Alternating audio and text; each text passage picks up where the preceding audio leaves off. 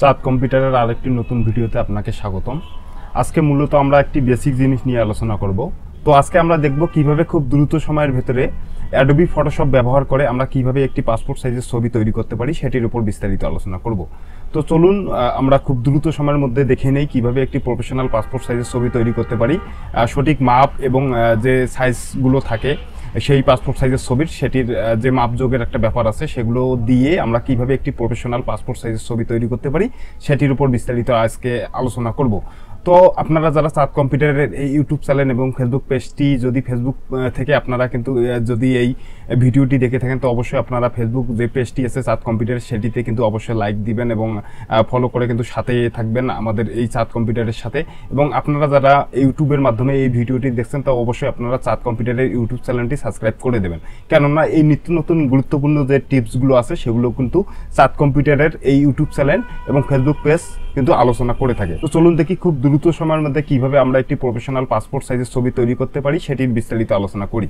Passport size ছবি তৈরি করার জন্য আপনারা যে সফটওয়্যারটি ব্যবহার করেন অ্যাডোবি ফটোশপের সেটি ওপেন করবেন। আমি অ্যাডোবি ফটোশপের সেই সফটওয়্যারটি ওপেন করব। তো আপনারা দেখতে পাচ্ছেন আমি অ্যাডোবি ফটোশপ সিসি 2021 ব্যবহার করতেছি। আপনারা যে কোনো ভার্সনের এই সফটওয়্যারটি ব্যবহার করলে একটি পূর্ণাঙ্গ পাসপোর্ট সাইজ ছবি তৈরি করতে পারবেন। এটি অ্যাডোবি ফটোশপের হোম পেজ। তো চলুন একটি ছবি ইনপুট করি।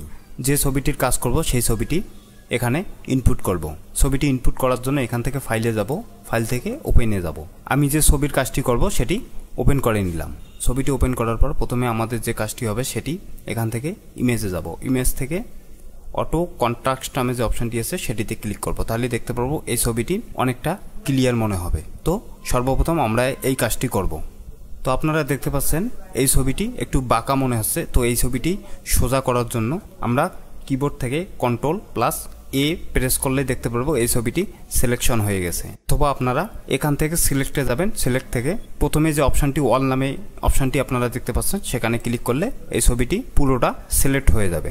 কিবোর্ড থেকে Ctrl+T প্রেস করলে দেখতে পারবেন একটি বর্ডার প্রদর্শিত হয়েছে। তো এই বর্ডারটির সাইডে যদি আপনারা মাউস দিয়ে ড্র্যাগ করলেই ছবিটিকে সমান করে নিতে পারবেন। তো এইভাবে আপনারা ছবিটি সঠিক অ্যাঙ্গেলে নিয়ে আপনারা কিবোর্ড থেকে ইন্টার প্রেস করবেন, তাহলে দেখতে পারবেন ছবিটি সমান করে নিতে পারবেন। এই বর্ডারটি ডিসিলেক্ট করার জন্য কিবোর্ড থেকে Ctrl+D প্রেস করলে দেখতে পারবেন সিলেকশনটি ডিসিলেক্ট হয়ে গেছে। তো এখন আমরা এই ছবিটিকে যে সাইজে রূপান্তরিত করতে চাচ্ছি সেই সাইজটি দিয়ে কেটে নেব। তো সেই সাইজটি দিয়ে কেটে নেওয়ার জন্য টুলবার থেকে ক্রপ নামে যে অপশনটি আছে সেটি সিলেক্ট করব। তো আপনারা দেখতে পাচ্ছেন ক্রপ নামে অপশনটি আমি সিলেক্ট করলাম। করার পর এখানে উপরেই দেখতে পারবো সেই নির্দিষ্ট সাইজগুলো দিয়ে আমরা পাসপোর্ট সাইজের ছবিটি কেটে নেব। তো আমি নির্দিষ্ট সাইজটি এখানে দেব।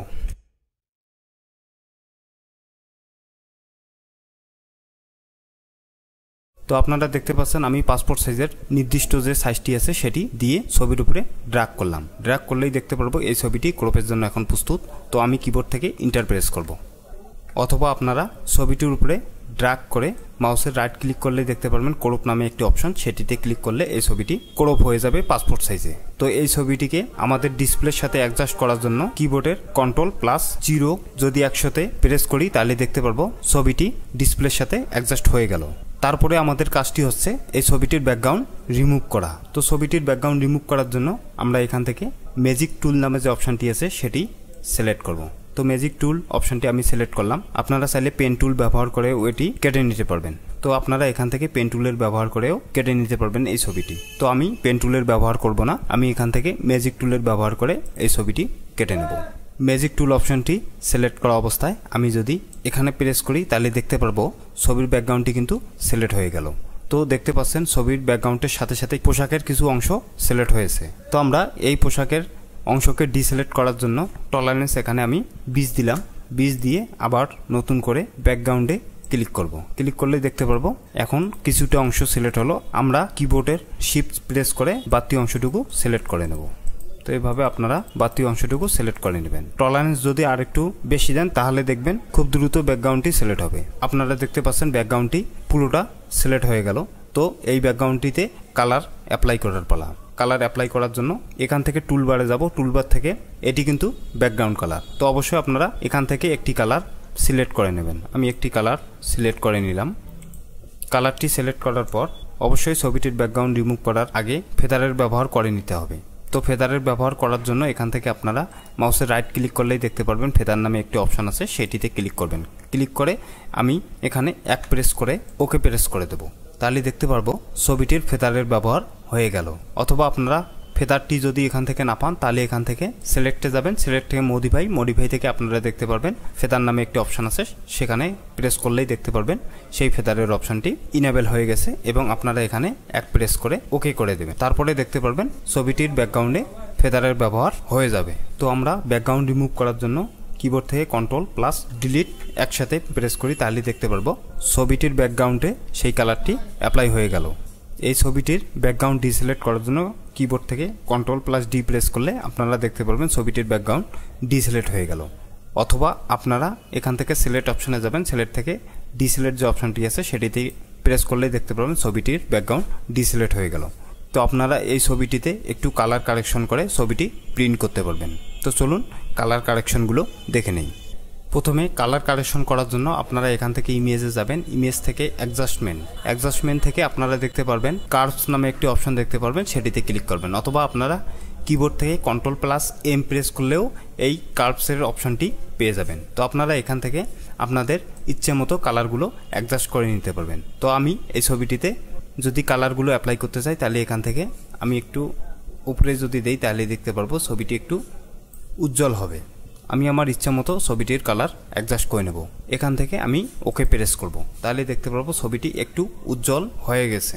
তারপরে আবার আমি ইমেজে আসব, ইমেজ থেকে ব্রাইটনেস অ্যান্ড কন্ট্রাস্ট যে অপশনটি আছে সেটিতে ক্লিক করব, তাহলে দেখতে পারবো আরেকটি ডায়ালগ বক্স আমরা দেখতে পারবো, সেখান থেকে কম বেশি করে ছবিটির কালারগুলো অ্যাডজাস্ট করে নিতে পারবো।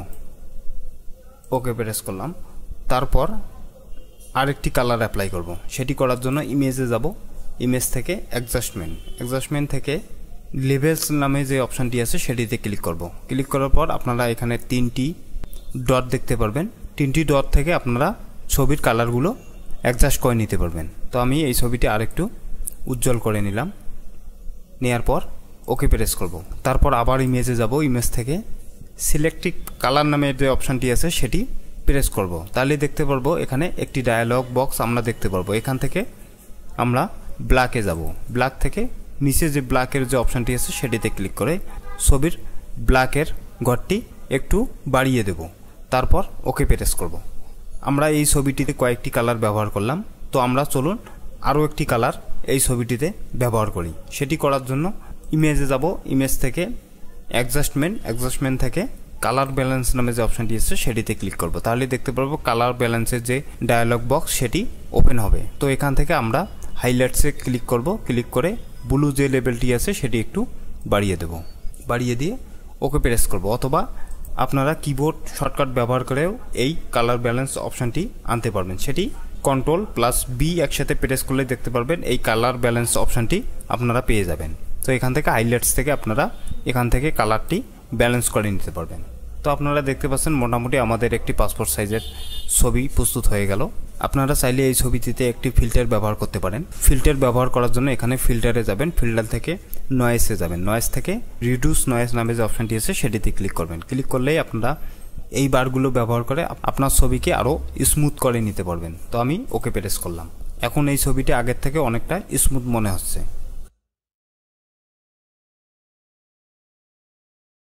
আপনারা চাইলে ছবিটির সাইডগুলো সুন্দরভাবে কেটে নিতে পারবেন। সেটি করার জন্য আপনারা পেন টুলের ব্যবহার করবেন। এখান থেকে পেন টুল যে অপশনটি আছে সেটি সিলেক্ট করবেন। সিলেক্ট করার পর এখানে আপনার বাড়তি অংশটুকু কেটে ফেলতে পারবেন। সেই বাড়তি অংশটুকুর উপরে ক্লিক করবেন, করার পর আপনারা সুন্দরভাবে এভাবে বাড়তি অংশটুকু কেটে ফেলতে পারবেন। পেন টুলের বাড়তি অংশটুকু কেটে ফেলার জন্য অল্টার প্রেস করে অ্যাঙ্কর পয়েন্টে যদি আপনারা ক্লিক করেন তাহলে দেখতে পারবেন এই বাড়তি অংশটুকু কেটে গেছে। ফেদারের ব্যবহার করে আমরা Ctrl+Delete সাথে প্রেস করলে দেখতে পারবো সেই বাড়তি অংশটুকু কেটে গেছে। তো আপনারা এইভাবে খুব দ্রুত সময়ের মধ্যে একটি ছবি তৈরি করে নিতে পারবেন। আপনারা যারা কম্পিউটারের যাবতীয় কাজগুলো শিখতে যাচ্ছেন এবং এর সাথে সাথে প্রযুক্তি বিষয়ে গুরুত্বপূর্ণ টিপসগুলো জানতে যাচ্ছেন, তারা চাঁদ কম্পিউটারের এই চ্যানেলটি চাঁদ কম্পিউটার 24-এর যে চ্যানেলটি আপনারা দেখতে পাচ্ছেন সেই চ্যানেলটিতে অবশ্যই সাবস্ক্রাইব করে রাখবেন এবং এর সাথে সাথে চাঁদ কম্পিউটার 24-এর ফেসবুক পেজ এবং ফেসবুক গ্রুপটির সাথে থাকবেন। ধন্যবাদ চাঁদ কম্পিউটারের সাথে থাকার জন্য।